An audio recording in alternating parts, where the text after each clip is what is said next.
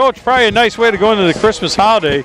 Your team looked pretty sharp in pretty much every aspect of the game tonight. Yeah, we've been talking all about this game, and we went in before Christmas break with another victory, and more important to start playing better. Indiana Northwest was a good team, so, we were able to do a lot of good things, especially with our press and everything, so I can't complain much. Well, you took away, Monahan was their leading scorer, averaging 19 a game. She led the NAIA Division II scoring, and she was their scoring leader. You guys held her to like 5 points, I think. Yeah, we talked about a lot. They had 2 kids who basically scored half their points. Our goal was to really get them down below 10 each, because that's one of the things that have been killing us. So the leading scorers of other teams have been able to take away a lot of points against us. So I think the girls did a great job. Our press did a really good job. I can't complain about 28 turnovers forced or 18 steals against a team that's actually, I think, ranked in the top 10 in NAIA. Yep. So, it's for us, it's a lot of positives. It shows us that we got a lot of things that are going towards us and getting ready for Grand Valley State. At halftime today, we talked with Coach Boyd about what you wanted to work on in the second half, and it was one of the things that in the first half I noticed it, but in the second half you guys took advantage. You were looking to get the ball into the post because you had a huge size advantage in there today, and it seemed hesitant in the first half to get the ball there. Second half seemed to go a lot better. Yeah, sometimes we're so good shooters that, it's so hard to pass up that shot. But we're trying to evolve and to become very much an inside-out game. When you go 6'3", 6'4", we have to focus on getting the ball in.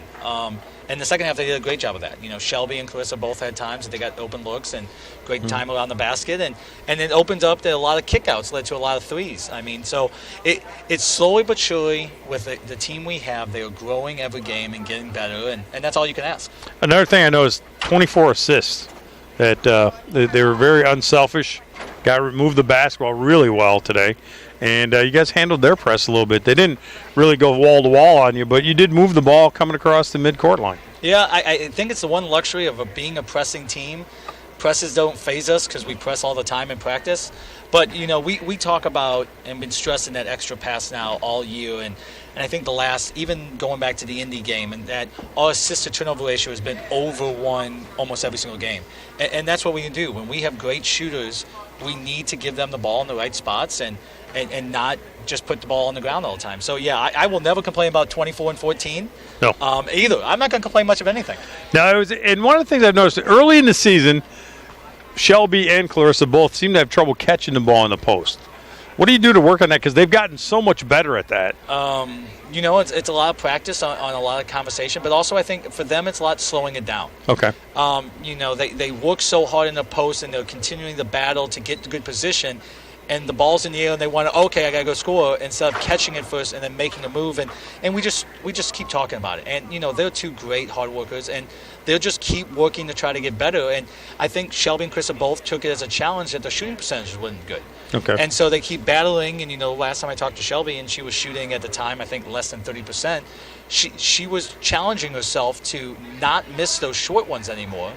And in this game, she's 7 for 9, and if she goes 7 for 9 and 14 and 9 for the game, she's going to do a lot of great things. And they weren't just layups for her either. It was a little left-handed jump hooks and that kind of stuff. She's got a great hook, but we just got to keep her to be confident to shoot it more.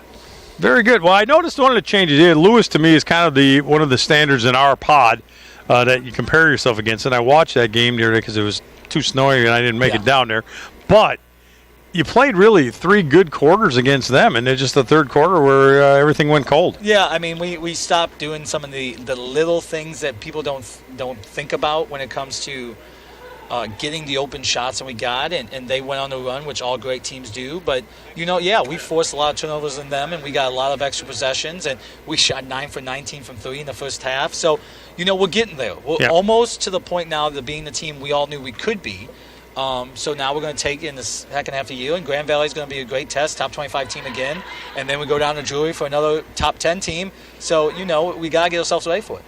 I like the fact that you get a little bit of a break here. You can work on some things over the holidays, and then Yeah, it's still. I keep reminding people, it's still a pretty young team that you have. Yeah, I mean, and that's going to be used for another game, and then I can't use that anymore. I'll use that till next year. So I think the most important thing is that now the girls, after they leave tonight, are off until the 27th when we practice again, and they get some time with their families. I think that's in key, because I think sometimes we have so many people from so far away. That 7 days of family time, I think, is going to make a huge difference. And that time away from basketball, they're going to miss it again, and then we'll come back and we'll work hard. I mean, once we get back and after Grand Valley State, it's 2 games a week for the rest of the season. Yep.